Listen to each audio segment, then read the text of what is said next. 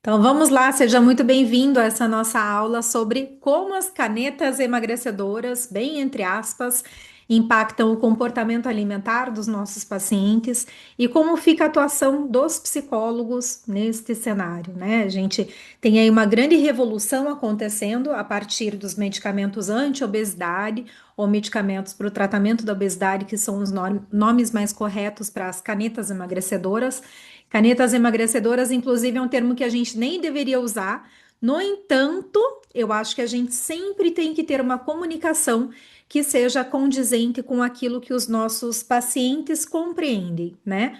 Então, para quem já me conhece um pouco, sabe que eu gosto de trabalhar muito com os estágios de mudança de comportamento e a gente tem que se comunicar de fato de uma maneira que as pessoas estejam prontas para nos compreender. Não adianta a gente falar algo que está muito avançado e de repente a gente vai falar em análogos de GLP-1, que também é outro termo que a gente pode utilizar. E a pessoa pensa, cara, mas o que são análogos de GLP-1? Nunca escutei sobre isso. E de repente, quando você fala os efeitos das canetas emagrecedoras, a pessoa, tá, putz, deixa eu ver esse conteúdo da Flávia aqui interessante. Quero ver o que ela tem a dizer a respeito, né? Então, por mais que o termo não seja um bom termo, inclusive, reforça essa ideia de que a medicação é para emagrecer e não é esse o objetivo da medicação. O objetivo da medicação é fazer um equilíbrio metabólico no corpo da pessoa que faz uso, né?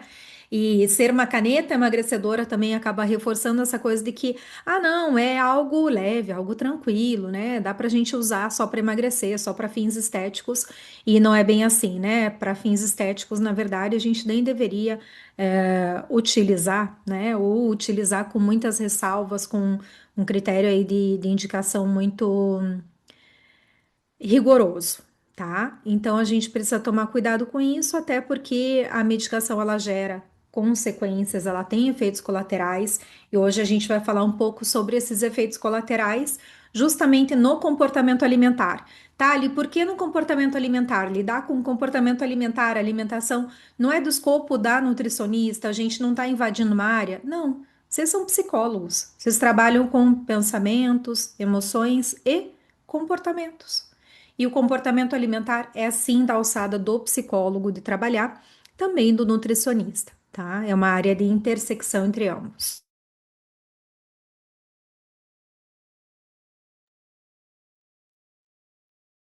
Começamos com a sinfonia de tosse, gente. Me perdoem para quem entrou agora, desculpa, vou ficar meio com voz falhando aqui, tossindo, porque já esfriou aqui, então complica um pouquinho.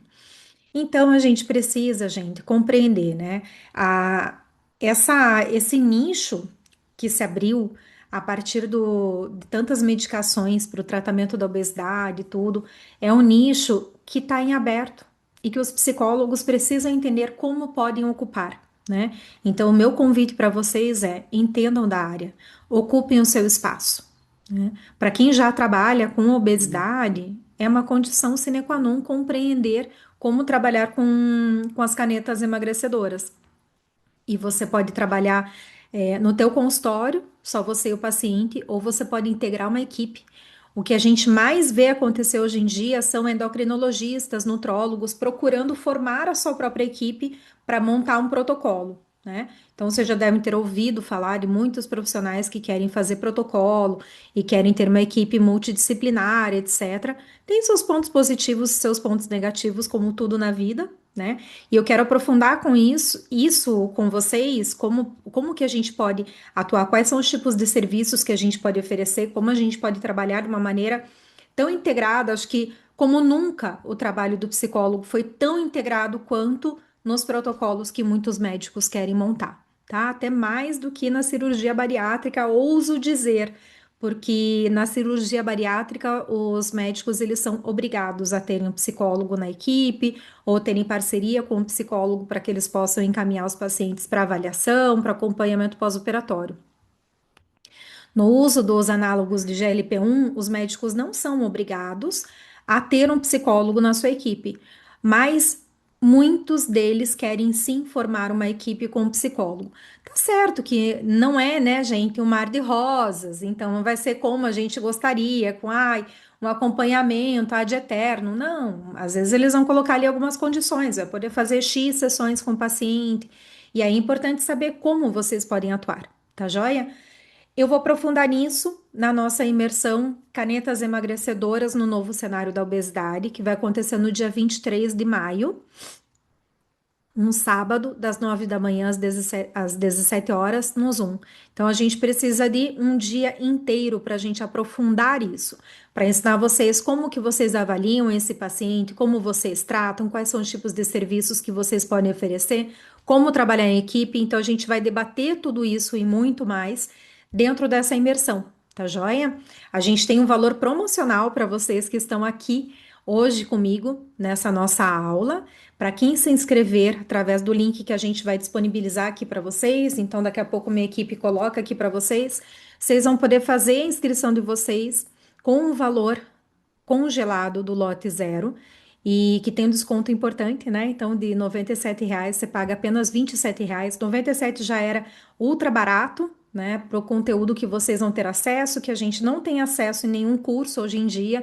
Então, a gente está fazendo isso para trazer esse conhecimento para vocês e para mostrar a urgência que existe em a gente ocupar esse lugar, tá? É um lugar que está vazio e que precisa ser ocupado, e eu vou ensinar vocês como fazer isso em profundidade. Joia? Bom, na semana passada a gente falou então sobre compulsão, né? Será que é tudo compulsão? Porque muito comportamento alimentar aí que é disfuncional ou que é normal, que é um exagero normal, é visto como uma compulsão e vocês aprenderam a diferenciar isso. Hoje, então, né, como um aquecimento para nossa imersão, a gente vai falar sobre esse impacto que existe das canetas emagrecedoras, dos medicamentos anti-obesidade, no comportamento alimentar dos nossos pacientes, o que que a gente, enquanto psicólogo, tem que realmente estar de olho mesmo, né? Então vamos lá. Então vamos imaginar o seguinte cenário: você está atendendo uma paciente que ela tinha ali um sobrepeso, uma obesidade grau 1, né? E aí tá fazendo uso de Monjaro e essa paciente perdeu alguns quilos, perdeu aí 8, 10 quilos. Chega no teu consultório super animada, radiante, né? Ai, puxa, tô ótima, não penso mais em comida, tô super feliz que eu não sinto fome, tô ótima, me sinto bem que agora eu sirvo nas roupas, eu não preciso, eu posso usar a roupa que eu quiser e tudo. E aí, o que que você faz com isso? O que que você faz com isso, será? Às vezes, num primeiro momento, a gente pode escutar isso e pensar o quê? Né? Milhões de pensamentos automáticos, sabotadores, né? O que que vem à cabeça? Putz, se ela tá ótima, então ela não precisa mais do meu tratamento. Eu vou ter que dar alta. Ela tá falando que ela tá ótima, não é? Será que a gente não pode pensar assim? Né? É normal. Se você pensou assim, putz, tá ótima, então vamos dar alta. A autoestima tá boa, ok? Mas não. A gente tem que ir para baixo da superfície. Isso aqui aparece lá no topo do iceberg. Só que o que pode estar por baixo? O que pode estar escondido debaixo do tapete? Né? E é sobre isso que a gente vai falar aqui hoje, porque esse é o tipo de questionamento que a gente deve fazer. Então, quando vem alguém que está ótimo, maravilhoso, se sentindo super bem, a gente tem que ficar com uma pulguinha atrás da orelha. E o que mais? E o que mais que existe aí, tá bom? Bom, então o que que a gente precisa entender? Como é que é a ação básica, né, dos análogos de GLP-1, dos medicamentos anti-obesidade no cérebro, no corpo do nosso paciente? O que que vai acontecer? O que vai acontecer é que a medicação ela vai ter uma atuação muito importante no esvaziamento gástrico. Então, vai retardar o esvaziamento gástrico. O que que significa isso, trocando em miúdos? Que a pessoa ela vai ficar se sentindo saciada, porque ela está com comida parada no estômago por mais tempo. A comida vai demorar mais para fazer a digestão, e isso gera um retardamento do esvaziamento gástrico. Então a pessoa sente menos fome, se sente mais saciada por mais tempo. E isso faz com que essa fome física mesmo, aquela fome de sentir a barriga roncando, ter desejo de comer uma comida, olhar para a comida, mesmo que seja o horário de comer, e não tem apetite, não tem vontade de comer. É isso que a medicação causa nos nossos pacientes. Não sei se você já ouviu falar, inclusive, que muitas cirurgias, já apareceram diversos casos aí de cirurgias que tiveram que ser adiadas, porque a pessoa fez o jejum normal, que é necessário fazer para uma internação para cirurgia. Não estou falando de cirurgia bariátrica, qualquer procedimento cirúrgico. E para que precisa de anestesia geral e tal. E aí o que que acontece? Tem que adiar a cirurgia porque a pessoa está com comida no estômago ainda. É necessário fazer a cirurgia com o estômago vazio por risco de broncoaspiração. E aí isso tem acontecido muito. E aí na entrevista que é feita pré-anestésica com um médico anestesista, a pessoa, esqueceu de falar que está fazendo uso de Monjaro, esqueceu do Ozempic, né? Porque algo está tão normalizado na nossa sociedade que realmente as pessoas não veem isso como uma medicação. Veja que absurdo que é um negócio desse. O médico pergunta: tá fazendo algum medicamento de uso contínuo? Tá em algum tratamento agudo para alguma patologia? Tá fazendo uso de não sei o quê? Agora, falta os profissionais, né, os médicos, incluírem os análogos de GLP-1 na sua anamnese, assim como a gente precisa fazer também, eu vou ensinar vocês lá na nossa imersão, tá? Então, os análogos de GLP-1, eles vão retardar o esvaziamento gástrico, isso faz com que a fome fisiológica reduza, aumente a saciedade, e além disso, ele age também no sistema de recompensa, fazendo com que reduza a motivação por busca por comida, especialmente comidas palatáveis. Então a pessoa fica extremamente inapetente.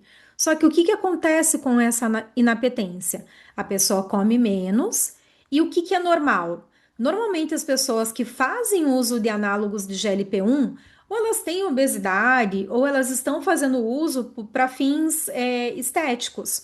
Para quem busca para fins estéticos, a gente vai falar um pouquinho mais sobre algumas pesquisas daqui a pouco, elas são pessoas mais insatisfeitas com o seu corpo, né? Ou seja, o que que acontece com pessoas que são mais insatisfeitas com seus corpos? Elas fazem mais ou menos dietas?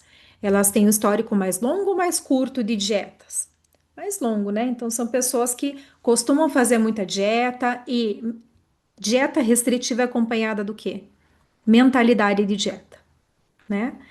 E aí, que tipo de pensamento surge quando a pessoa tá ali com uma fome reduzida, mas precisa comer alguma coisa porque está se sentindo fraca?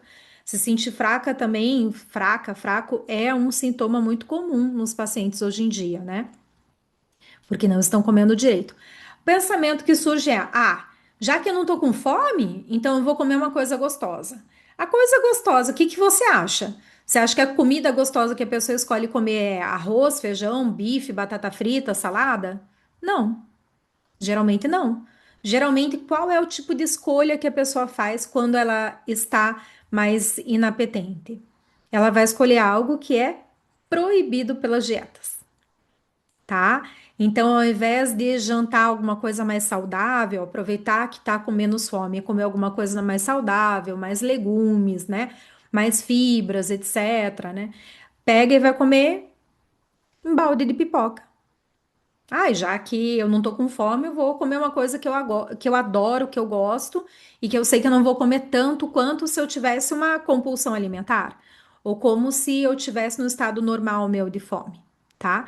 Então, esse é um grande problema, porque as pessoas começam a fazer más escolhas alimentares. Joia? Além disso, a medicação ela ajuda pra caramba a reduzir o food noise. O que é o food noise? Food noise é um termo em inglês que a gente traduz aqui pro português como barulho sobre comida. Ainda não tem um termo, uma tradução oficial, né? Esse aqui é o termo correto, né? Eu costumo dizer que é uma ruminação sobre a comida.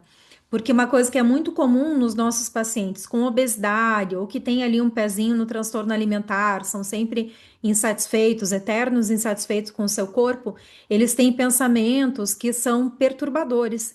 São pensamentos que estão ali o tempo inteiro na sua cabeça. Ai, puxa vida, será que eu devia ter comido isso na janta? Será que eu não vou engordar? Porque eu comi um pedaço de doce. Ai, amanhã de manhã, então, vou pegar, vou fazer um café da manhã, vou comer um avocado toast, só que sem a toast, que nem hambúrguer. Hambúrguer sem o pão. Gente, isso não é hambúrguer, né? Inventa qualquer outro nome, mas não veio dizer que é hambúrguer. Avocado toast sem o toast não é um avocado toast, né? Então a pessoa ela começa a ruminar e pensar demais sobre aquilo. Aí assim, tá aqui comendo e já tá pensando na próxima refeição. Aí tá pensando se vai engordar com não sei o quê, tá pensando em que tem que fazer para emagrecer. Então, esses pensamentos intrusivos sobre a comida, sobre emagrecer, se vai engordar, não vai, estão sempre ali presentes. É como se tivesse um rádio ligado, é, que não está sintonizado, que fica naquele chiado, sabe? Então, como se ficasse isso na cabeça da pessoa o tempo todo, tá? Em literatura, vocês vão encontrar muito mais esse tipo de explicação. Eu gosto de explicar como um teatro, tá? Então, a vida da pessoa é um palco. Num palco, a gente sempre tem os atores principais, a gente sempre tem a cena que está acontecendo, mas essa cena ela é formada por um cenário, por um pano de fundo que forma aquela ambientação, tá? Já repararam isso num teatro? Sempre tem, né? Se não é um monólogo, uma coisa, sempre tem um pano de fundo, um cenário por trás que é formado. Às vezes você nem presta atenção nesse cenário, mas ele tá ali e você tá sendo impactada. Os teus olhos estão vendo, você está sempre captando aquelas imagens, sendo e pensando sobre isso mesmo que você não se dê conta.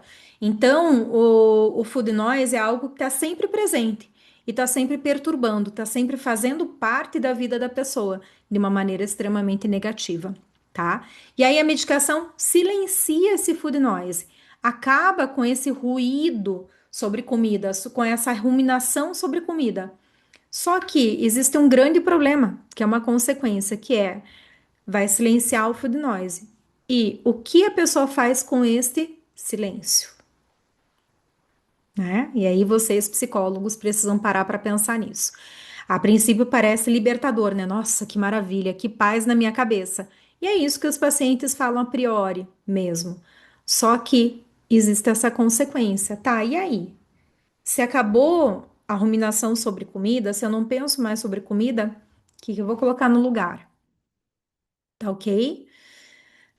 E aí, outra coisa que a gente precisa parar para pensar sobre o impacto dessas medicações no comportamento alimentar do nosso paciente. Se antes a pessoa tinha um comer emocional ou mesmo uma compulsão alimentar, né, como uma maneira de regular suas emoções, quando tudo isso acaba, o que que acontece? Como é que a pessoa lida com a ansiedade? Como que lida com o estresse? Como que lida com com a solidão? Como é que vai lidar com esse silêncio do food noise que acaba se tornando um silêncio ensurdecedor, né? Então, existem muitas pesquisas que já estão documentando tudo isso. As pessoas relatam um vazio, as pessoas relatam, inclusive, ansiedade aumentando. As pessoas percebem que essa angústia que fica daí no, putz, eu não tenho a comida para mediar as situações aversivas da minha vida, as situações difíceis, as situações frustrantes, eu preciso pôr alguma coisa no lugar. Então a pessoa segue se esquivando dos problemas de origem. E aí pode colocar no lugar o álcool, compras compulsivas, o excesso de uso de telas, né? Jogos. Então, tem muitas coisas que podem acontecer a partir disso. E aí, o que que a gente percebe no nosso consultório com essas pesquisas? Que beleza, entre aspas, de uma maneira paliativa, resolveu o problema com a comida, deu uma mascarada, mas o sofrimento não. Aquilo que é a base do comer transtornado, aquilo que leva a pessoa talvez a um transtorno alimentar, não foi resolvido com a medicação. A medicação ela vai tratar as consequências, tá? E aí, o que que a gente vê que melhora com a medicação, então? Existe sim uma redução significativa de episódios de compulsão alimentar, ou seja, a gente pode, né, o paciente pode fazer uso para isso. Existe uma redução da psicopatologia global dos transtornos alimentares, a redução de craving, né, aquele desejo gigantesco por um alimento específico, tá? Que não é a nossa fome específica, para quem já é meu aluno e tal, não é a nossa fome específica, é um desejo praticamente incontrolável em relação à comida, tá? Então aí que a gente tem que tomar cuidado.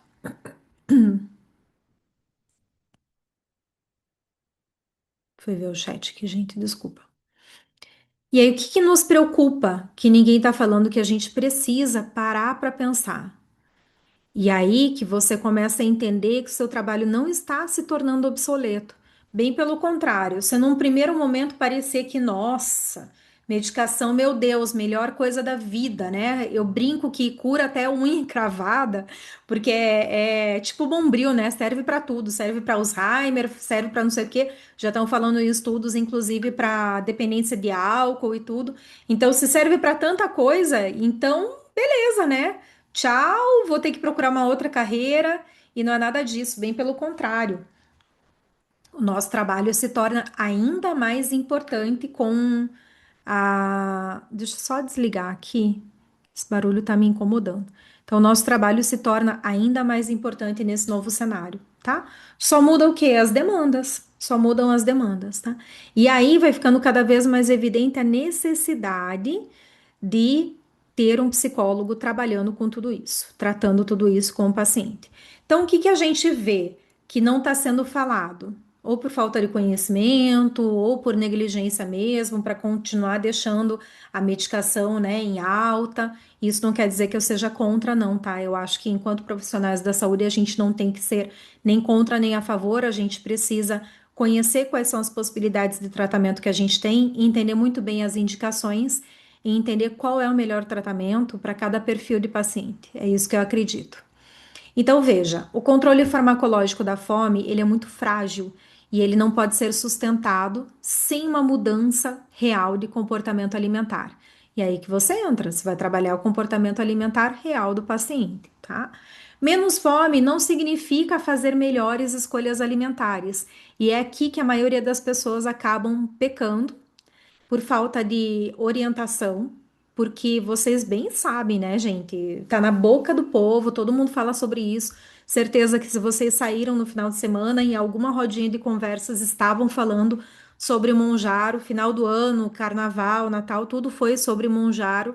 Então vocês sabem muito bem que existem muitas pessoas usando medicamento clandestino, medicamento manipulado, de maneiras absurdas e que não é com acompanhamento transdisciplinar, né? Então, isso aqui acaba sendo mantido. Uma fome menor, mas as escolhas alimentares não melhoram. Bem pelo contrário, como expliquei anteriormente, muitas pessoas daí começam, já que eu não tô com fome, então eu vou jantar pipoca.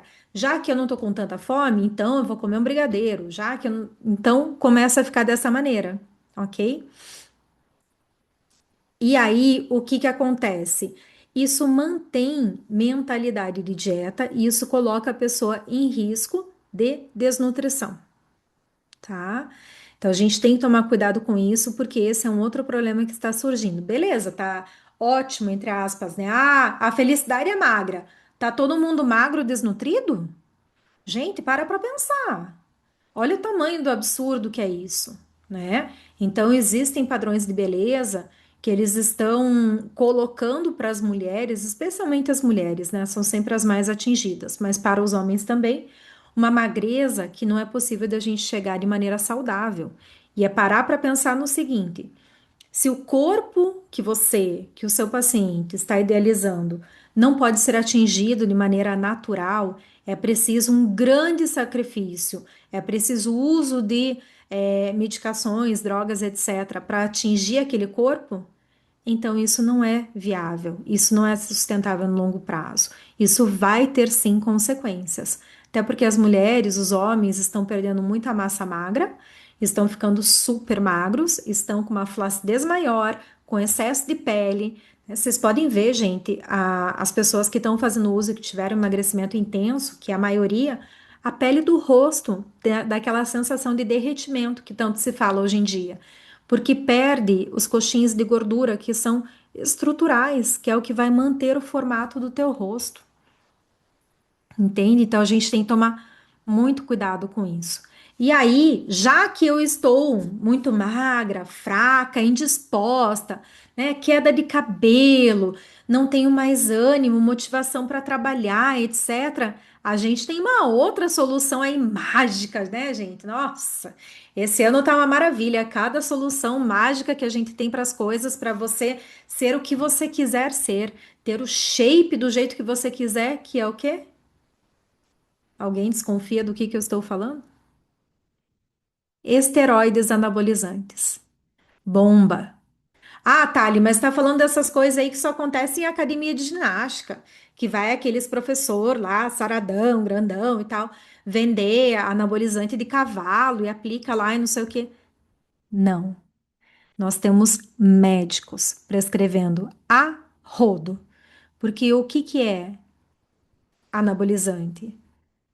Você sabe o que que tem no chip da beleza? Chip da beleza, com certeza vocês já ouviram falar, porque já vai fazer aí uns 8, 10 anos que está aí em voga e é muito utilizado por muitas mulheres, porque precisa aumentar a disposição, aumentar a energia, ficar mais feliz, melhorar a libido, né?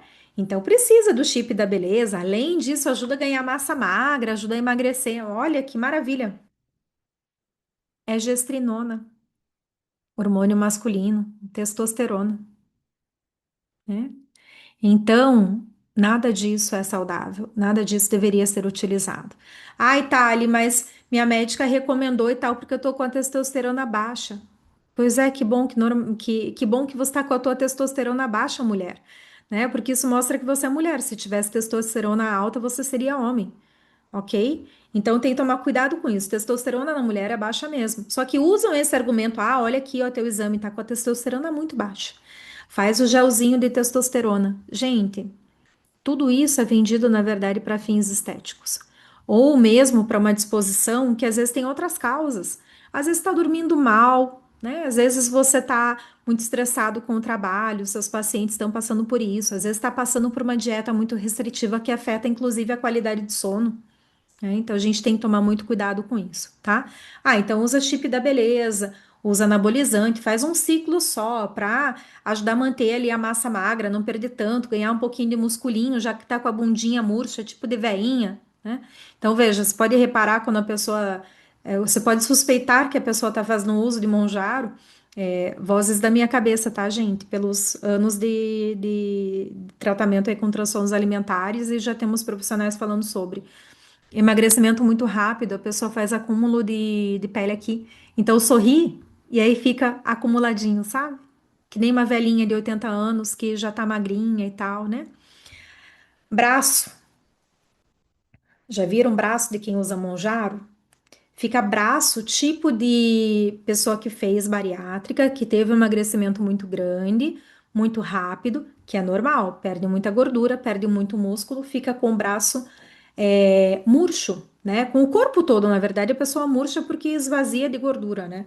E aí aqui a pele, a pessoa dobra aqui e faz um acúmulo de pele, né? Então, às vezes, no braço de pessoas bariátricas que perderam bastante peso e no braço de idosos que vão perdendo realmente colágeno da pele, perde musculatura, emagrece muito, faz isso também, tá? Então, vocês podem observar um pouco mais e ver isso, ok?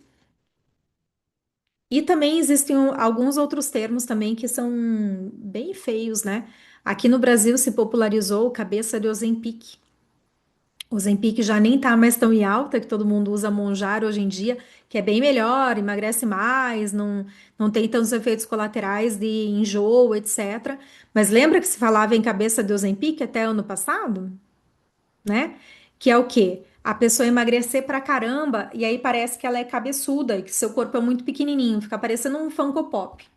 Ai, para imersão, vou trazer um Funko Pop para mostrar para vocês, porque a pessoa emagrece muito rápido, tá? E com o Monjaro ainda mais. E aí, às vezes, a pessoa fica com o olho que parece um olho esbugalhado. A gente vê isso em pessoas com anorexia que tiveram um grande emagrecimento, né? Então, tem muitas coisas que lembram uma anorexia, e por isso também surgiu o termo agonorexia, que é uma anorexia, entre aspas, provocada por agonistas de GLP-1. Não é um termo oficial, é um termo que surgiu faz poucos meses, 2 meses mais ou menos, que é a Sociedade Brasileira de Endocrinologia fez um alerta, né, a respeito disso, porque existe uma supressão muito grande dos sinais de fome, que então é necessário tomar cuidado, que não é uma anorexia clássica, mas sim uma perda de apetite acentuada por causa da medicação. E que, na verdade, na anorexia mesmo nervosa, a gente não tem uma perda de apetite, é um controle tão grande do comportamento alimentar em que a pessoa consegue controlar se ela vai comer ou não, tá? Então, a gente tem que tomar cuidado com tudo isso. Além disso, pacientes que têm um histórico aí de restrições alimentares e tudo mais, né? A gente tem que tomar cuidado e investigar bem isso, porque se a pessoa já esteve ali com um pezinho num transtorno alimentar, numa anorexia, isso pode ser reativado. Então, o uso da medicação pode também ser um gatilho para um transtorno alimentar, né? Então, pessoas que fazem uso das medicações, elas têm um risco maior de desenvolvimento de transtornos alimentares. Então a gente tem que tomar cuidado. E aí, uma outra coisa que surge como consequência e que a gente precisa tratar, precisa endereçar isso, é o pavor que as pessoas têm a respeito do desmame. Quem aqui já ouviu falar disso? Quem aqui já teve paciente falando, ai, mas eu tô preocupada, tá bom, tô emagrecendo, mas eu tô preocupada com depois, da hora que eu tiver que parar com a medicação, como é que vai ser? Né? Se não houve uma mudança de comportamento alimentar, uma mudança de estilo de vida, acompanhado por psicólogo, ressignificar a relação com a comida, a relação com o corpo, fazer boas escolhas alimentares, trabalhar a mentalidade de dieta, sim, de fato, existe, sei lá, 99% de chance do peso retornar pelo menos parcialmente, né? Porque a gente tem pesquisas que mostram aí que com o Ozempic volta em torno de 2/3 do peso perdido, né, em prazo ali de um ano, ok? Então, os pacientes, eles chegam assim, né, se sentindo muito bem e tudo, só que com medo da hora que for fazer o desmame, a hora que for retirar a medicação, se sentindo insatisfeitos, né, então essa é uma outra questão, a pessoa segue insatisfeita com o seu corpo, sabe? Então, a gente precisa tomar muito cuidado em relação a isso, ok? E aí, o que que a gente consegue observar? Que muitas pessoas que vêm fazer o uso da medicação e que têm um peso normal, têm um sobrepeso leve e que são pessoas que têm um longo histórico de prática de dietas, prática de exercício físico, um sofrimento grande com o efeito sanfona, ou então da pessoa estar agora fazendo de tudo para emagrecer e simplesmente não consegue emagrecer mais e quer fazer o uso da medicação para emagrecer mais esses 3 quilinhos que acho que falta perder na balança, essas pessoas elas chegam para a gente com uma vergonha corporal muito maior, com uma vigilância do corpo muito maior, com uma preocupação maior com o peso, com comportamentos alimentares mais desordenados. Ou seja, quem acaba buscando a medicação já chega mais vulnerável psicologicamente, já chega ali com uma predisposição ao desenvolvimento dos transtornos alimentares. E a gente precisa saber avaliar isso, tá? E aí, gente, a gente tem que tomar cuidado com uma outra questão, né? Que a perda de peso rápida com a medicação, ela vai fazer a pessoa perder peso.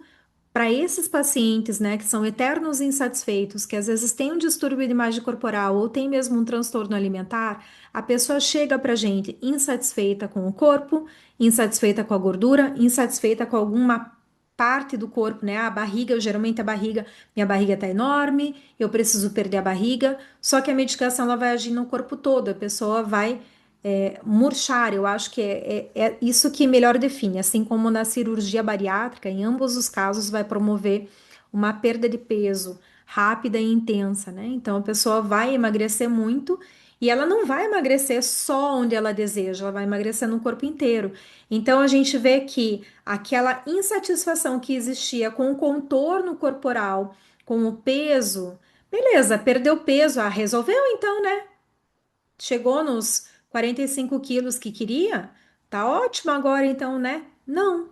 A insatisfação corporal ela migra para outra coisa, para a flacidez do corpo, para o excesso de pele que vai ter depois desse grande emagrecimento, para perda do volume facial, que incomoda pra caramba, porque aí fica com aquele rosto derretido, e aí quer fazer mais preenchimento, quer fazer um monte de tratamentos estéticos. Às vezes tem gente que até quer fazer cirurgia plástica, fazer o lifting facial para dar conta disso, né? E aí a gente precisa realmente tomar cuidado. A pessoa, então, antigamente não gostava do corpo, agora não gosta da flacidez, não gosta do excesso de pele, as coisas vão migrando e a pessoa vai seguir insatisfeita. Por quê? Porque aquele corpo que o padrão de beleza prega e aquele corpo que a pessoa idealizou para si é impossível. É impossível. Tudo tem um custo. Se você vai emagrecer o tanto que você quer emagrecer, 15, 20 quilos, vai ter flacidez, vai ter excesso de pele. Ah, mas aí faz plástica. Sim, só que essas pessoas, em geral, elas esquecem que a cirurgia plástica, ela só acontece se houver um corte. E esse corte vai originar o quê? Uma cicatriz. E aí a pessoa muda. O problema agora é a cicatriz. Entende? Então a gente tem que estar muito antenada para distúrbios de imagem corporal, para uma predisposição a transtornos alimentares, uma predisposição a transtornos alimentares como anorexia, bulimia, anda de mãos dadas com distúrbio de imagem corporal. Então a gente tem que estar ligado nisso, tá? E aí então como é que a gente pode atuar? A gente pode trabalhar com dois públicos em específico. Um público que é de pacientes que estão fazendo uso do GLP-1, né, dos análogos de GLP-1, de Mounjaro, etc., para tratar a obesidade, sejam esses pacientes bariátricos ou não, que inclusive está sendo muito indicado para pacientes que tiveram reganho de peso após a cirurgia bariátrica. E aí a gente precisa fazer o quê? Avaliar o comportamento alimentar antes, durante e depois do uso da medicação por parte do nosso paciente. Tá, ali, recebi o paciente que já estava fazendo uso. Não tem problema, você avalia a partir de agora, ok? Vai avaliar o que que mudou nas escolhas alimentares, no padrão de comportamento alimentar ao longo do dia, na relação com a comida. Como que tá?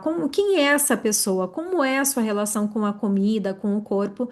Porque geralmente a relação com a comida, ela é consequência daquilo que a pessoa quer para o seu próprio corpo, tá? Já pararam para pensar nisso?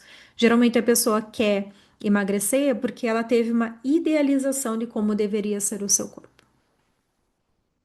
A gente vai trabalhar o que que emerge, o que que surge quando o food noise desaparece.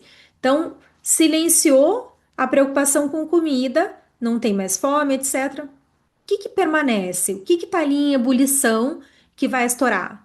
Sabe? Então, esse vazio, esse silêncio, ele vai trazer à tona o que acaba sendo o, as causas do comer emocional, né? Ou de um episódio de compulsão alimentar.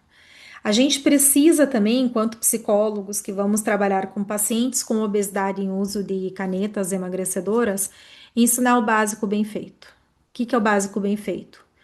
É aprender a ler os seus sinais biológicos de fome, saciedade, os tipos de fome, a sede, ensinar o nosso paciente a comer com consciência, mesmo que esteja inapetente, vai comer com consciência, vai prestar atenção na comida que está à sua frente, que está na sua boca, né? Isso é fundamental. Praticar exercícios, de preferência musculação para manter a massa magra. Então, o exercício ele não ajuda tanto na perda de peso, né? Então, ficar lá se matando horas na academia para fazer esteira não adianta tanto quanto cuidar para manter a massa magra, fazer uma musculação, tá? A gente precisa também trabalhar os padrões estéticos que foram internalizados. Então, o que que essa pessoa quer? Que tipo de corpo que ela quer ter? Desde quando? Trazer à tona essa realidade de que os padrões de beleza eles vão mudando com o tempo. E a gente já teve uma infinidade de coisas que hoje são consideradas horrorosas, que já foram padrão de beleza. Olha o peito, seios fartos. Durante muitas e muitas décadas, ter seios fartos imperou no mundo inteiro, né? Nas sociedades ocidentalizadas, influenciadas pelos padrões de beleza ocidentais. A cirurgia mais realizada antigamente era o implante de silicone nos seios. Hoje está acontecendo o explante, porque também diminuir o volume das mamas contribui para ter essa percepção de magreza, né? De anos para cá, então 2010 para cá, aumentou muito o número de implantes de silicone nos glúteos, porque padrão de beleza eram as Kardashians, esculpidas num bisturi.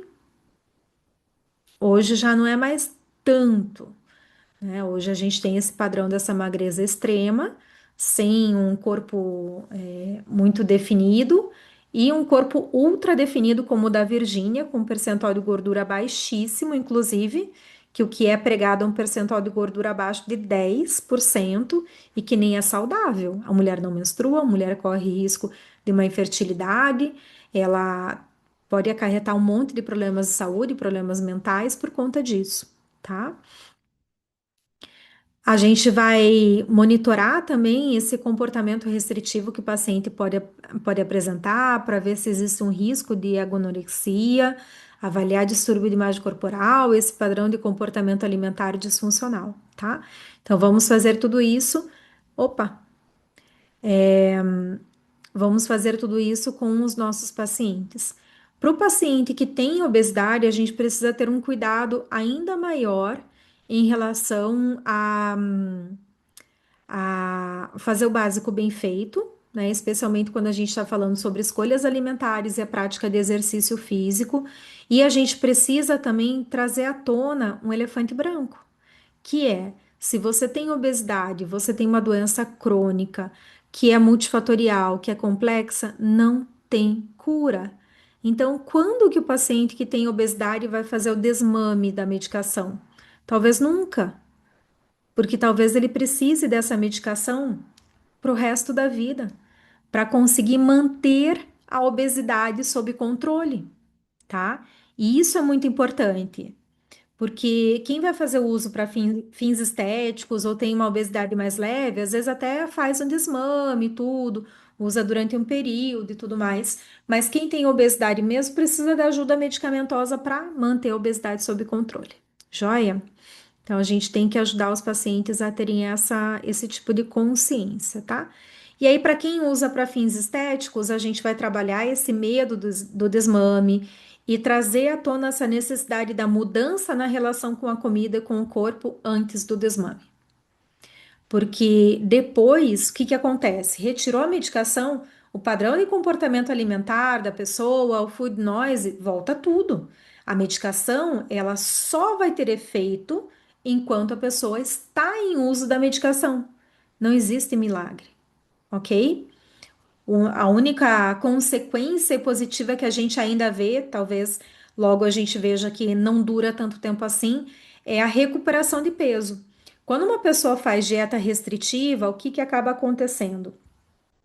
A pessoa faz a dieta restritiva e assim que ela para com a dieta restritiva, ela recupera o peso perdido e ela tem aí um aumento de peso de 10 a 30% do peso que ela perdeu. Então, emagreceu 10 quilos, vai engordar esses 10 quilos e mais 1 a 3 quilos, ou seja, no final das contas, a pessoa vai finalizar todo esse ciclo, né?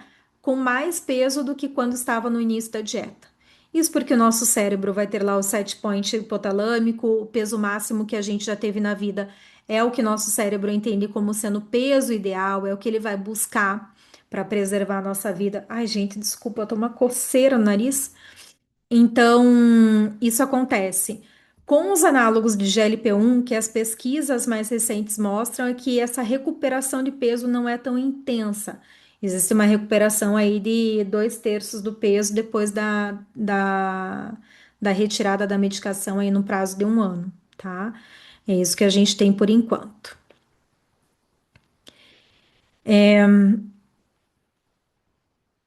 E aí, o que que a gente precisa fazer? A gente precisa trabalhar com a pessoa, então, essa retirada da medicação, quando a pessoa está fazendo uso da medicação e de fato vai ser retirado. Trabalhar que a recuperação do peso não é um fracasso, ela é totalmente previsível, o organismo vai buscar isso novamente. preparar o paciente para tudo isso antes que isso aconteça. Então, por isso que a gente tem que trabalhar a mentalidade de dieta, um padrão de comportamento alimentar normalizado, fazer boas escolhas alimentares, trabalhar o comer emocional, trabalhar a compulsão alimentar se a pessoa tiver, mesmo que sejam episódios isolados e não que não caracterizem um transtorno de compulsão alimentar, tá? Então, o que que a gente pode observar? Se eu estou trabalhando com um paciente com obesidade, bariátrico, uma pessoa que está fazendo uso da medicação para fins estéticos, não importa. Em qualquer um desses cenários, se não houver uma mudança de comportamento alimentar, uma mudança de estilo de vida, uma mudança na relação com a comida e com o corpo, os resultados não se mantêm. E esse é o território do psicólogo. É aí que a gente precisa agir. Ah, tá, lhe conheço uma pessoa que não sei o quê. Existem exceções? Existem. Mas geralmente, já deixo essa pulguinha aqui atrás da orelha de vocês. Geralmente, exceção da pessoa que manteve o peso, que nananã, geralmente ela desenvolveu um transtorno alimentar, tá? Então a gente precisa estar muito alerta para isso, ok? Pessoal, quero fazer uma pesquisa rápida com vocês, que eu ia fazer no início, acabei me empolgando aqui. Eu quero conhecer vocês melhor, então eu quero saber quem está aqui que é meu aluno, minha aluna da capacitação ou da formação em grupos de comportamento alimentar. Marca ali a primeira alternativa. Quem já participou de eventos passados, Itália, eu fiz o curso de psicologia da obesidade bariátrica, já participei da jornada psicologia e cirurgia bariátrica, já participei de algum evento teu ao vivo, alguma coisa assim. Marca a segunda opção.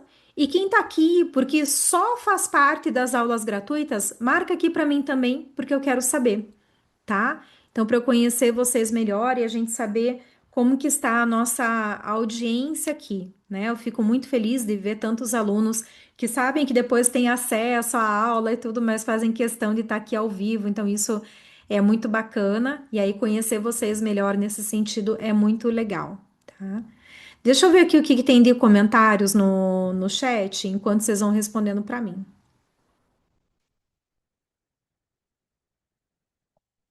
Rosiane, o que não é anorexia é agonorexia. A Anne colocou aqui o nome bem direitinho, agonorexia, que vem de agonista de GLP-1, tá? Irexia, orexis, que é o radical do rexia, significa essa perda de apetite, ok? Obrigada, Thay. Thay também colocou. A Fábio, fui para campo, pesquisei nas redes, ouvi relatos e pouco se fala da importância do psicólogo nesse cenário. Um dos relatos, não desconto mais na comida. Opa, peraí que passou. E a ausência do food noise dá impressão de cura. Outros relatos pararam a medicação, o ruído voltou e veio com força, não teve mudança de comportamento. É exatamente aqui, Fábio, que é esse lugar que se abriu, né, na área da psicologia que a gente precisa ocupar. Vocês me desculpem a franqueza com que eu vou falar isso. Me desculpem mesmo, eu sei que muitas pessoas vão ficar extremamente chateadas comigo, mas é uma realidade. E é para ser um chacoalhão mesmo.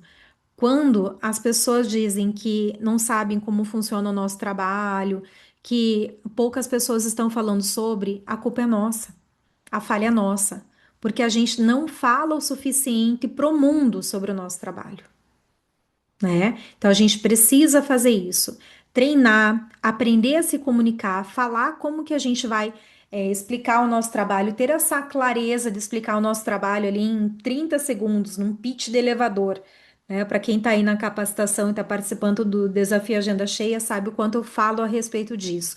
A gente precisa aprender a divulgar o nosso trabalho, se sentir confortável em falar isso. Sabe por quê? Não é que você está vendendo o teu trabalho, está sendo aquele vendedor chato. Sabe quando você prova uma roupa não ficou legal? Aí a vendedora vem com tipo 50 opções. Não, mas prova esse aqui vai ficar lindo. Ou colocou uma roupa e ficou horrorosa e tá ali insistindo. Não é nada disso. Quando vocês mudam o olhar e você entende que o teu trabalho diminui o sofrimento de uma pessoa, aí você consegue falar com mais tranquilidade sobre o seu trabalho, sabe? Comecem a treinar isso na cabeça de vocês. Ai, puxa, eu tenho vergonha de fazer prospecção, de captação de pacientes, tenho vergonha de Instagram. Pensa que cada vez que você abre a boca para falar do teu trabalho, é, uma pessoa tem o seu sofrimento aliviado, né? É isso que a gente gera. A gente gera conhecimento, a gente dá ferramentas para as pessoas, ok? Deixa eu só anotar aqui esses dados. Deixa eu colocar o link aqui para vocês, para quem quer fazer inscrição, gente, na nossa imersão em canetas emagrecedoras. No novo cenário da obesidade, a gente vai falar sobre tudo isso que eu estou falando para vocês em profundidade. Ah, minha equipe já está mandando? Vamos ver. Em profundidade, gente, tá? Vocês que estão aqui comigo, vocês têm um desconto especial. Então, de R$ 97, vocês pagam só R$ 27, valor do nosso lote zero.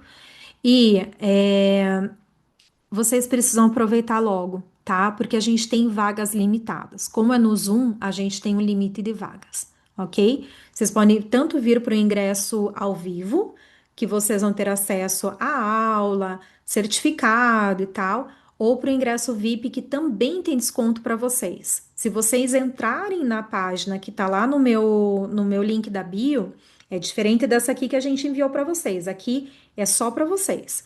O que que tá lá? Lá tá um valor mais alto, ok? Vocês podem ir lá, tá, ele tá mentindo, não sei o que, vai lá conferir. E o ingresso VIP tá R$ 97, então de 497, que é o valor que vai chegar, ele tá por R$ 97, ok? E aí você tem acesso à gravação, materiais, tudo, por tempo por numa condição vitalícia. É a primeira vez que a gente faz essa imersão e é a primeira vez que a gente vende esse ingresso de forma vitalícia. Então tá uma oportunidade imperdível.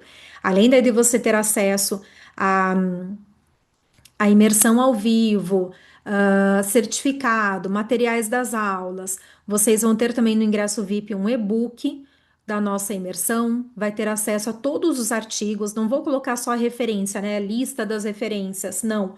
Vou disponibilizar para vocês o artigo na íntegra, porque eu não gosto que vocês percam tempo. Então, eu estou perdendo esse tempo organizando as coisas para vocês, e aí vocês têm acesso a esses artigos na íntegra, e vocês vão ter uma sessão de tirar dúvidas diretamente comigo, tá? Alguns dias depois da nossa imersão, porque às vezes alguém que compra o ingresso VIP simplesmente não pode estar lá ao vivo. Então, eu gosto de dar essa oportunidade de vocês estudarem, etc. Ou para quem estava, pegar e revisar e depois vir tirar as suas dúvidas comigo, tá? Thali, a gente não vai ter momento de tirar dúvida durante a imersão? Vamos também, né? Mas você vai ter algo a mais para que depois, sabe aquela coisa de sedimentando?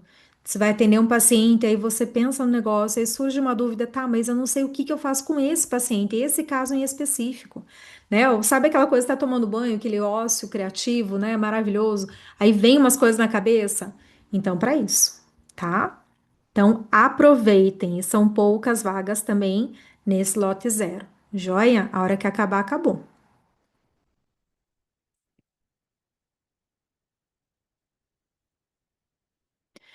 Deixa eu ver aqui, gente, que mais? Nanã. Ó, a Fábio colocou que hoje falou com uma mulher que tem medo de como lidar sem a medicação. Pois é. E as pessoas estão com medo mesmo, especialmente a maioria. A maioria está fazendo uso, gente, não porque tem obesidade, a maioria para fins estéticos. Ok? Das pessoas que realmente têm indicação para fazer uso da medicação, a gente parece que todo mundo está usando, né? Não sei como que é o círculo de amizades de vocês, mas dependendo do círculo, parece que está todo mundo usando.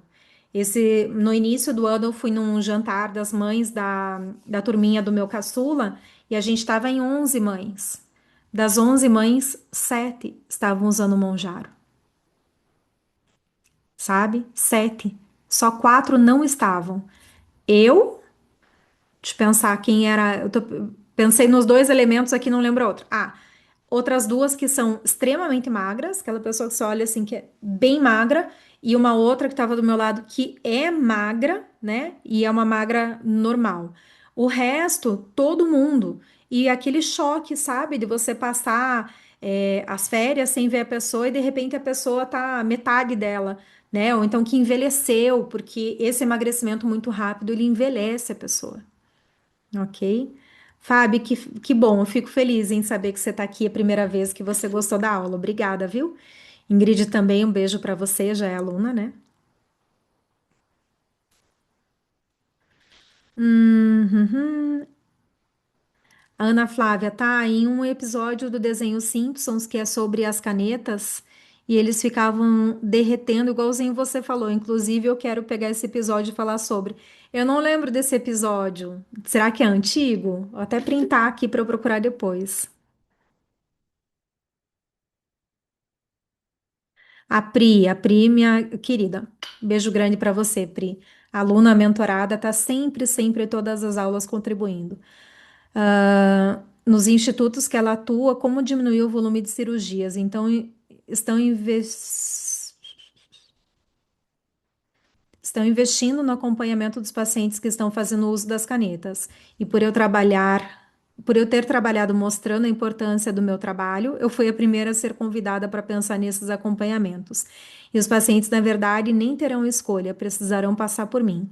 Então, isso aconteceu porque eu falo da importância e eles entenderam como resultado do processo da bariátrica. E é bem isso, gente. Quando a gente sabe falar do nosso trabalho, a gente se posiciona e a gente consegue galgar o nosso espaço, né? A Pri tá lá dentro do monte de instituto de bariátrica e tá lá falando sobre por que que os pacientes em uso de canetas, entre aspas, precisam do psicólogo, né? E é isso aí.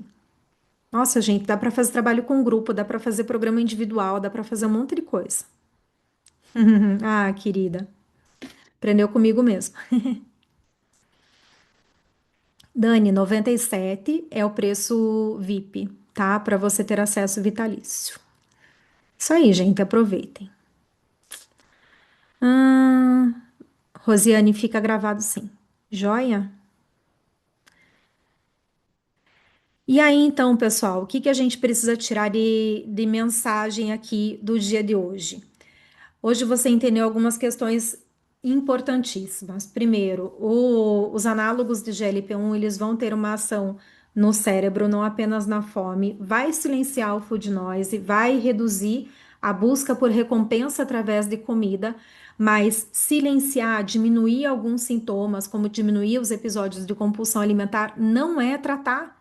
A compulsão alimentar, ela continua ali, continua existindo. E aí, o que que a gente faz? O paciente vai ficar refém da medicação para o resto da vida ou vai aprender a tratar? Vai aprender a lidar com os episódios de compulsão, né? A gente precisa entrar para ensinar a lidar com isso.